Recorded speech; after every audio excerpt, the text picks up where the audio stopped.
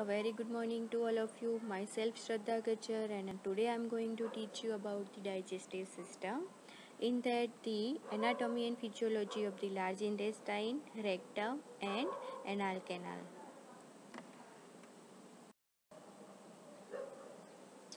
Now we'll see the introduction of the large intestine, or we can say the colon. It is a last part of the digestive system.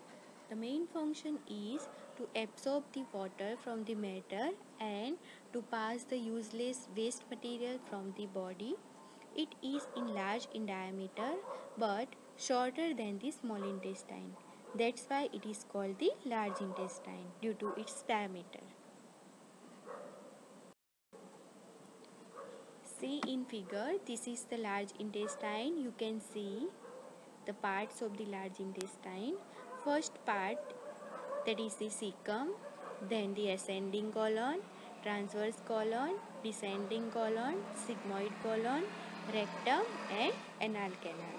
These are the parts of the large intestine. We will see in detail.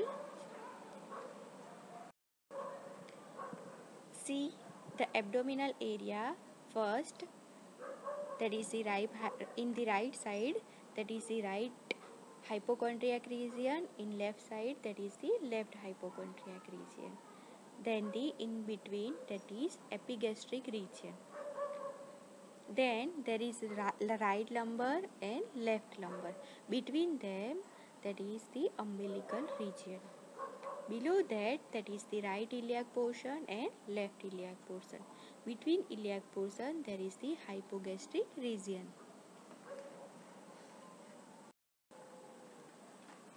Now, the length of this large intestine, that is the 1.5 meter, and it is in 6.5 centimeter diameter. Where it is located? It is beginning at the cecum in the right iliac fossa and terminating at the rectum and anal canal deep in the pelvis. You can see in the figure from cecum to the rectum. The large intestine is divided into the four parts, that is the cecum, colon, rectum and anal canal. First part, that is the cecum. This is the first part of the large intestine. It is the dilated region which has a blind end inferiorly and it is continuous with the descending colon superiorly. Where it is located? It is located in the right iliac fossa, just below the junction of the ileocecal valve that open in the ileum. Okay? At that junction, the small intestine, the ileum part will join the large intestine with ileocecal valve. Now, the appendix. It is the vermiform appendix is a fine tube-like structure closed at one end which leads from the cecum. It is usually 8 to 9 cm long and same structure as wall of the large intestine but contain more lymphoid tissue. It has no any digestive function but cause significant problem when it become inflamed.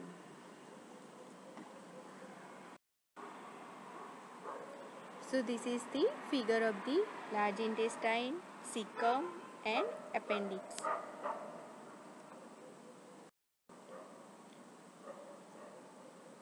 Now the four parts of the colon. After the cecum, the ascending colon, then the transverse colon, then the descending colon, then the sigmoid colon. You can see in the figure as per the name. Now first one is ascending colon. This is one part of the four section of the large intestine. It is a first section and connected to the small intestine by a section of the bowel that is called the cecum. The ascending colon runs through the abdominal cavity upwards toward the transverse colon and approximately that is the 8-inch or we can say 20 centimeter. Now, the cecum will receive the solid waste from the ileocecal valve from the ileum. Then the ascending colon where the process of the extracting starts. Okay, this passes upwards from the cecum to the level of the liver where it curves acutely to the left at the hepatic flexure. Okay, to become the transverse colon.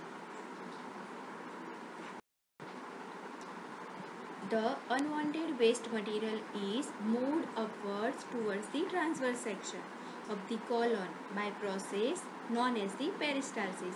Because of the movement of the peristalsis, the food or extract material will be passed towards the transverse colon. Now the transverse colon. The transverse colon, it is a part of the colon from the hepatic flexure to the splenic flexure. Now what is hepatic flexure and splenic flexure?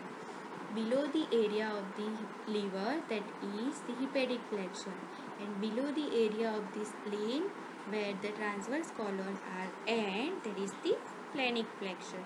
So between hepatic flexure and splenic flexure there is the transverse colon. This is the loop of the colon that extends across the abdominal cavity in front of the duodenum and stomach area of the spleen where it forms splenic flexure and curves accurately downwards to become the descending colon. Now we'll see the descending colon. The descending colon, it is a part of the colon from the splenic flexure to the beginning of the sigmoid colon. Okay, it is the area from the splenic flexure to the beginning of the sigmoid colon. You can see in the figure that is shown in blue color. The function of the descending colon in the digestive system is to store feces that will be emptied into the rectum. Okay. The arterial blood supply comes via the left coeliac artery. Now the sigmoid colon. The sigmoid colon is the part of the large intestine after the descending colon and before the rectum. The name sigmoid colon means it is in S-shaped. The wall of the sigmoid colon are the muscular and contract to increase the pressure inside the colon because it causing the stool to move into the rectum. Now you can see this is the straight tube-like structure that is the rectum.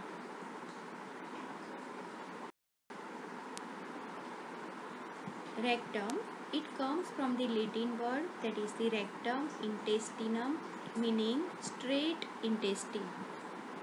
It is the final straight portion of the large intestine.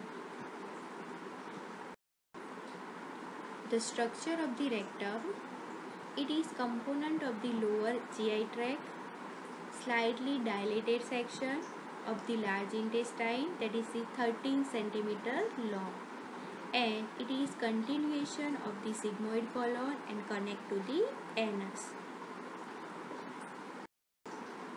See, this is the human anus.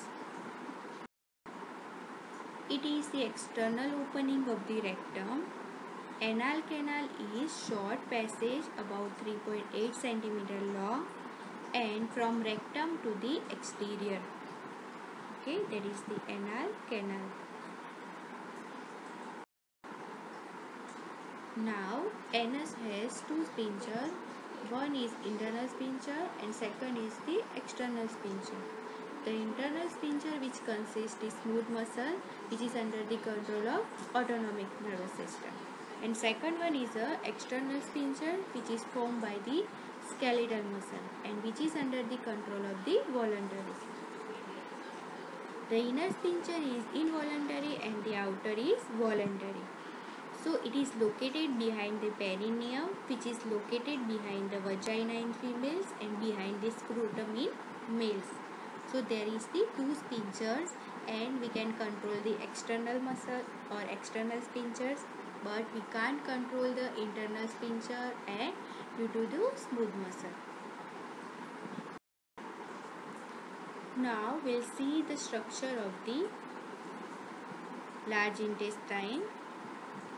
It is same as the GI tract: mucus, submucous, muscular layer and serous membrane. The arrangement of the longitudinal muscle fibers, it is modified in cecum and the colon. They do not form the smooth continuous layer of the tissue, but instead of that, there is collected in the three bands like the tinea coli. Okay, this is the changes or modification in the longitudinal muscles, and they are called in the tinea coli, which is situated at the regular intervals around the cecum and the colon. What is tinea coli? Between at the middle portion of the large intestine, there is three layer of the muscle, that is the tinea coli. The longitudinal muscle fibers surround the rectum and anal canal. The anal sphincter are formed by the thickening of the circular muscle fibers. In the submucosal layer, there is the lymphoid tissue, then any other part of the alimentary canal, and that provide the non-specific defense against the microorganisms. In the mucosal lining of the colon, the upper region of the rectum, and large number of the mucus secreting goblet cells. There is a large number of the mucus secreting goblet cells are there in the large intestine, because why? They produce the mucus, act as a lubricant to defecation. They are not present beyond the junction between the rectum and the anal canal. In the upper section of the anal canal, the mucous membrane is arranged into 6 to 10 vertical folds, that is the anal columns. And each column contains a terminal branch of the superior rectal artery and the vein.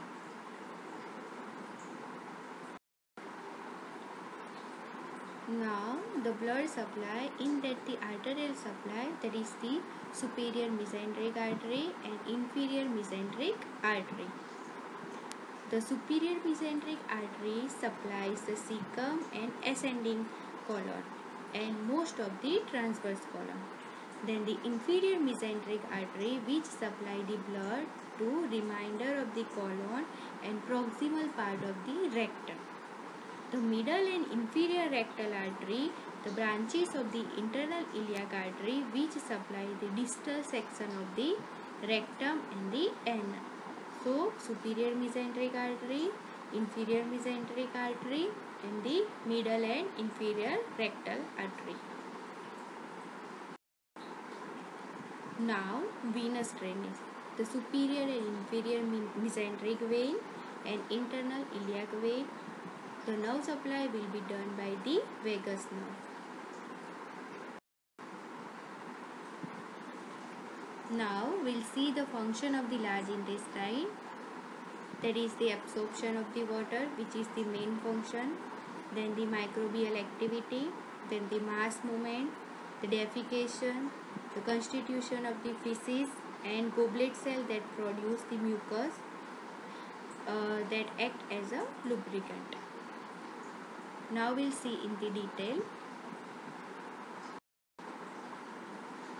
The first function, that is the absorption of the water. The content of the ileum which pass through this ileocecal wall into the cecum, that are the fluid. Even though a large amount of the water has been absorbed in the small intestine, okay, but in the large intestine the absorption of the water done by which method? By the osmosis, and which continues until the familiar semi-solid consistency of the feces is achieved. Okay. Then the mineral salt, vitamins and some drugs are also absorbed in the blood capillaries from the large intestine. So absorption of water and mineral salts, vitamins and some drugs are absorbed. Then second function is the microbial activity. Large intestine is heavily colonized by the certain type of bacteria, that is the, you can say, E. coli, that you already know. We synthesize vitamin K and the folic acid. So they include the Escherichia coli, Enterobacter aerogenes, Streptococcus faecalis and the Clostridium perfringens. These microbials or microbes are commensals and they are normally harmless in the humans. However, they may become pathogenic if transferred to another part of the body. Okay, if E. coli will goes into the liver or into the kidney, then it will cause the infection. For example, E. coli may cause the cystitis if they will go into the urinary bladder. Okay, gases in the bowel consist of some of the constituent of the air, mainly the nitrogen, or swallowed with the food or drink as a feature of some anxiety state. Okay, some gases are also present. The hydrogen, carbon dioxide and methane are produced by the bacterial fermentation of the unabsorbed nutrients, especially carbohydrate. Okay, so there will be a hydrogen, carbon dioxide and the methane from the unabsorbed nutrients. Then gases pass out of the bowel as a flatus or wind. The large number of the microbes are present in the feces. So this is the microbial activity in the large intestine. The next is mass movement. The large intestine does not exhibit peristalsis movement as in other part of the digestive tract. Okay, only at fairly long intervals, about twice an hour. Okay, in an hour 2 times. Does a wave of strong peristalsis that sweep along the transverse colon, which force a content into the descending and the sigmoid colon, which occur only in an hour, that is 2 times. This is known as a mass movement. Now you can understand what is mass movement. The peristalsis movement occurs in an hour, that is twice. That is the strong peristalsis sweep that occurs in a transverse colon, which forcing the content into the descending and sigmoid colon. That is the mass movement. And it is often precipitated by the entry of the food into the stomach. Whenever you will eat, this process will occur. So this combination of the stimulus and response is called the gastrocolic reflux. Now the defecation. Usually the rectum is empty, but when a mass movement occurs, at that time the content of the sigmoid colon that will forcefully come into the rectum. The nerve endings in the wall are stimulated by the stretch.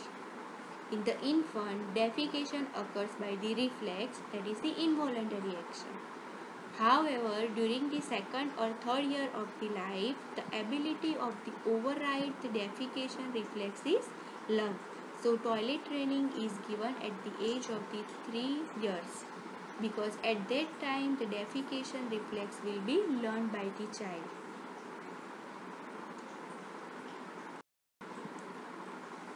Now, in the practical term, this acquired voluntary control means that the brain can inhibit the reflex until such time as it is convenient to defecate. Means what? At the age of 3, our brain will control the reflex which is done by the mass movement. So we can do or we can inhibit the reflex until such time or such condition or it is very convenient for the defecation.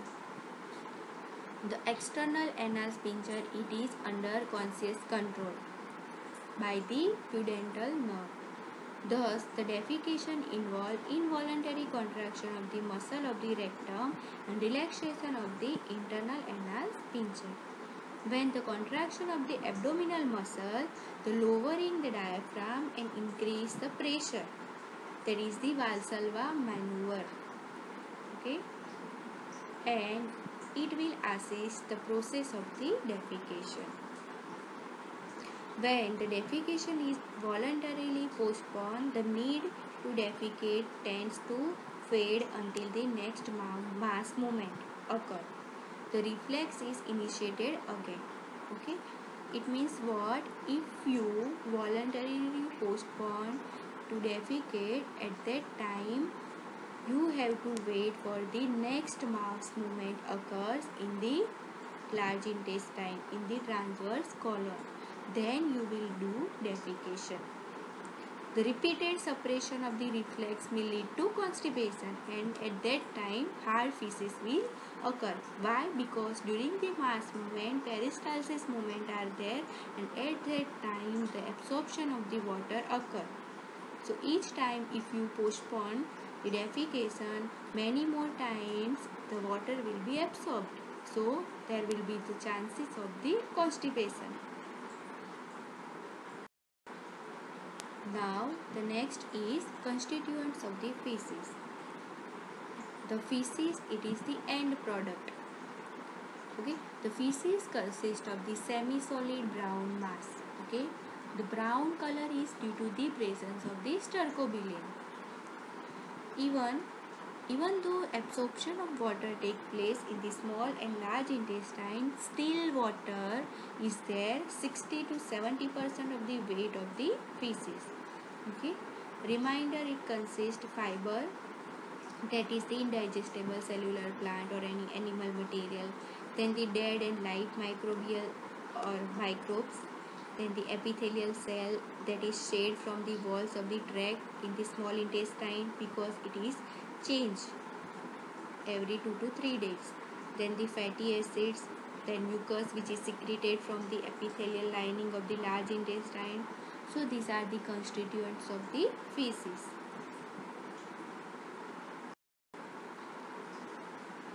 Mucus, it is help to lubricate the feces, and adequate amount of the dietary non-starch polysaccharide, or we can say the fibers and roughage, that ensure the content of the large intestine are sufficiently bulky to stimulate the defecation.